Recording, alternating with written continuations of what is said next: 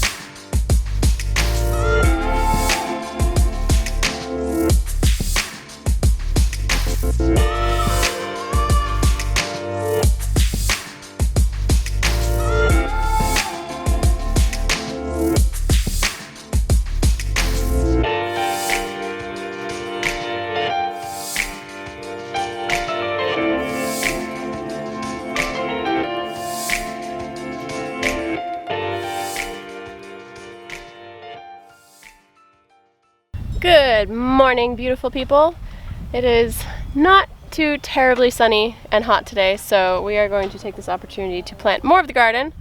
Ben is currently sifting compost in the chicken coop. What he put in there is pretty much ready now, and we could use a lot more compost around here. So he's sifting, and we're going to be prepping garden today, getting potatoes, onions, other cool weather crops that we can plant now. It's still not quite time to plant hot weather stuff, and I don't want to risk planting it too early and then wind up having a cold snap, which they're kind of threatening that might happen. So we're hanging while Dad's sifting, and while we wait, I'll flash you back here real quick to me setting eggs in the incubator for the first time ever in my life. It was very exciting. Here you go.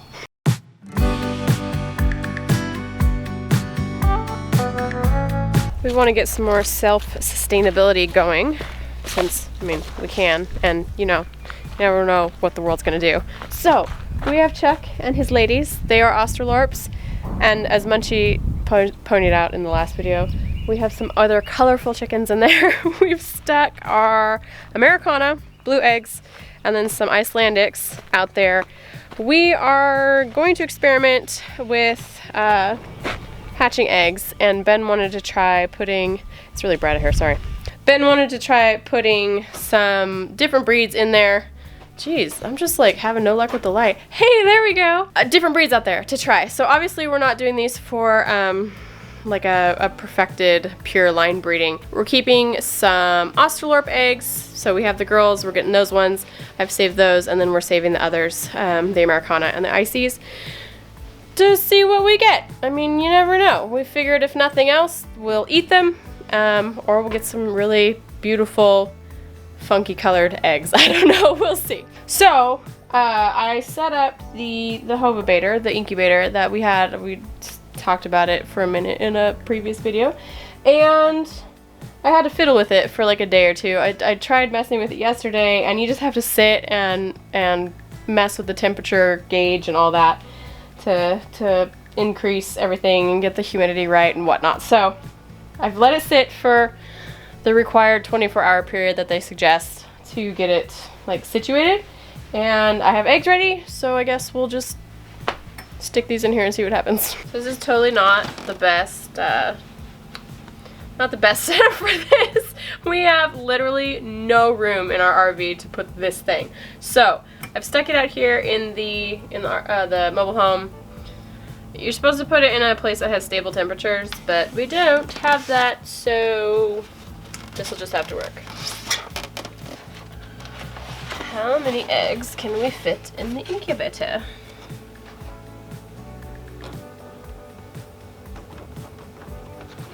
Oh, that's a lot of eggs. Good thing I have more.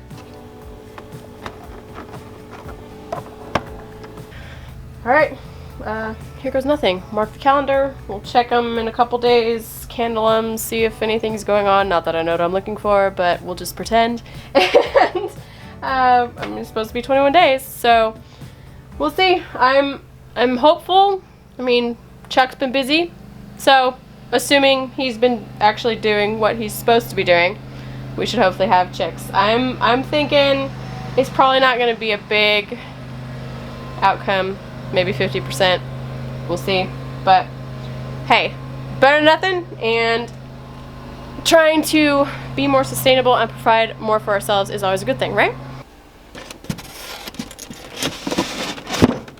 So, as well as planting today, you're going to be prepping beds, more beds, all the beds, because more garden, why not? So we're coming up a swale and putting another bed here and then down on that side and continuing off that way as well. So Ben's taking the compost and he's just going to put it where the next one's going to go, so when he broad forks and tills, it gets in there. We need a lot of compost. We do. The thing we've noticed, if we start adding plant material to our clay, it really loosens it up. It does. And from what we've read, it really helps it hold nutrients, hold water, right, all that good stuff. I was gonna offload this into a pile somewhere, but it means I have to move it twice. Right. So. And we're gonna use it here, so. I mowed this short the other day, just to, get a visual on where everything's going. So I'm gonna do a big bed here, and then a path, and then a big bed there. Yeah. Because we walk basically from the shed down to the barn. It's just kind of a line. So there. I have to plan where I'm gonna put stuff. Right, so you don't cut yourself off from the barn. Walking down the hill to feed the pigs. Oh, okay, I gotta go around. Right. So I'm just gonna spread compost, and then I'll come broad fork. Okay. And then once I broad fork, I'll rototill. Yeah. And then from there, I'll add more compost. Right. We've got a little bit of the black stuff that we bought, but it's getting to the point now. We got to up our compost game. Yes, we do, desperately.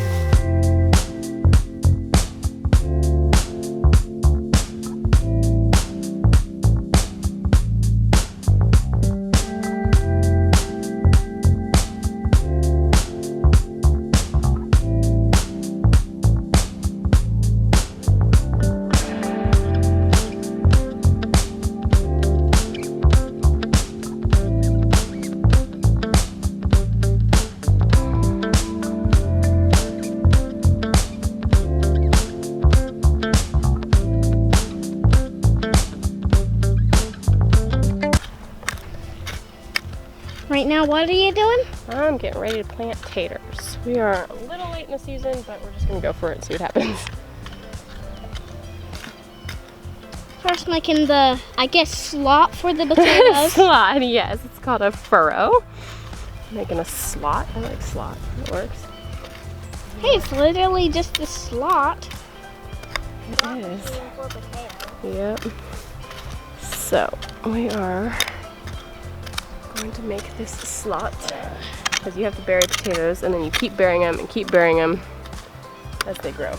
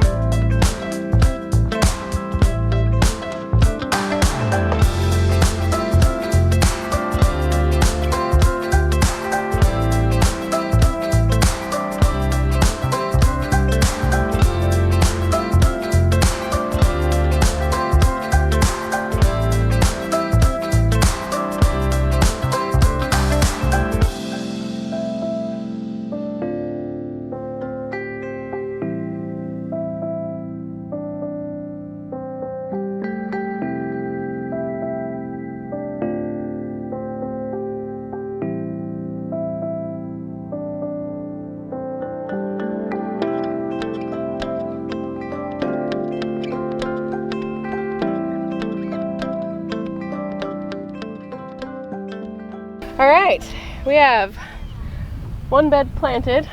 I did that while you got compost hauled, and then this one done. So we have a whole nother bed ready to plant. Woohoo! I'm wiped. I know you are. That was a lot of work, and it got really hot this afternoon. So we had probably about an hour and a half break where we were just like, let's just go inside and sit in the shade and the cool. Yeah. So we have, let's see, what did I plant? Green beans, bush green beans, collards, mustard greens, potatoes. A few potatoes. We're gonna stick potatoes basically everywhere. Yeah. Like, I don't know, see what spots work the best. Yeah. We've got enough of them. We got right. 100 pounds of seed potatoes. Yeah, so I was like, why not? He goes, do about 6 feet of potatoes. I was like, okay, cool. I think I used 12 potatoes out of those 50-pound bags. So, but it'll be good.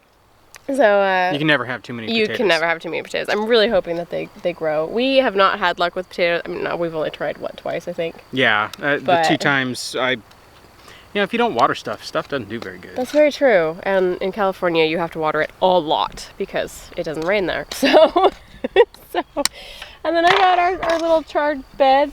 The chard's still growing, so we're just leaving it and got that weeded and stuff like that. It provides intermittent salads. It does, every now and then. So it's going. I'm excited. It's coming along. It is. Filling out, because I'm writing things down as I plant them, and it's like, oh gosh, that page is filling out really fast. This is cool. So we measured, this is about 100 feet that we've got planted now. Yes, between the 2 sections, yeah. And then same up there. Yep, another about 100 feet. And this is 23.